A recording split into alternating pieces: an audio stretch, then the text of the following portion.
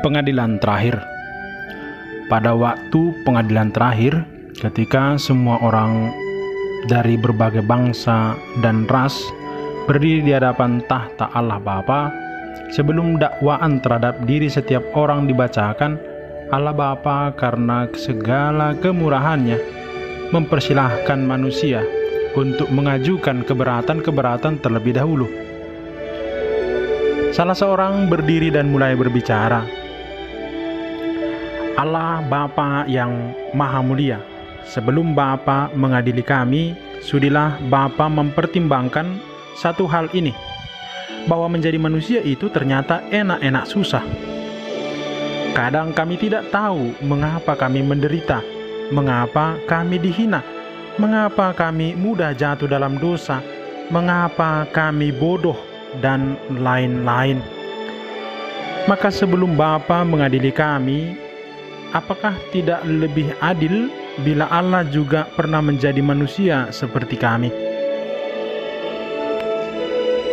Semua orang yang mendengar usulan itu bertepuk tangan dan berseru, "Setuju!" Bapa tersenyum mengangguk. Baiklah, kalau Allah menjadi manusia, kira-kira apa saja yang harus dialaminya? Seorang laki-laki negro maju dan berbicara. Dia harus dilahirkan di luar nikah, tidak jelas siapa bapaknya, biar dia tahu bagaimana rasanya dihina sebagai anak haram. Semua orang berteriak, "Setuju!" Lalu seorang wanita yang sekujur tubuhnya penuh luka karena dia pernah tinggal di sebuah kamp konsentrasi di Jerman, maju dan berkata, dia harus dilahirkan sebagai orang Yahudi, biar tahu rasanya dibenci dan dikejar-kejar oleh banyak bangsa dan banyak penguasa dunia. Semua orang juga berteriak, "Setuju!" Lalu seorang pria yang tubuhnya amat kurus dan matanya begitu cekung, pria itu seorang ekstapol selama berpuluh-puluh tahun, dipenjarakan di sebuah pulau, maju dan berkata, dia harus mengalami hukuman yang paling hina, layaknya seorang penjahat besar, meski dia tidak pernah melakukan semua kejahatan yang dituduhkan kepadanya. Meski semua tuduhan itu adalah fitnah. Lagi-lagi semua orang kompak berteriak, "Setuju!" Kemudian majulah seorang berpakaian compang-camping. Dulunya dia adalah seorang gelandangan di kota Kalkutta, India.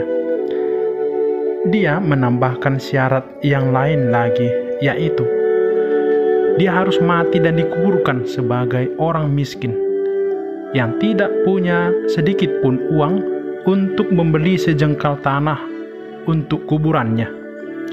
Semua orang lagi-lagi kompak berteriak, "Setuju!" Allah Bapa terdiam. Baiklah, bila itu keinginan kalian, beri saya waktu setengah menit. Lalu sekonyong-konyong dari balik pintu surga muncullah seorang laki-laki berusia 30-an. Orang itu kemudian berdiri di hadapan Allah dan semua orang itu. Dia telanjang, bermahkotakan duri, memanggul salib.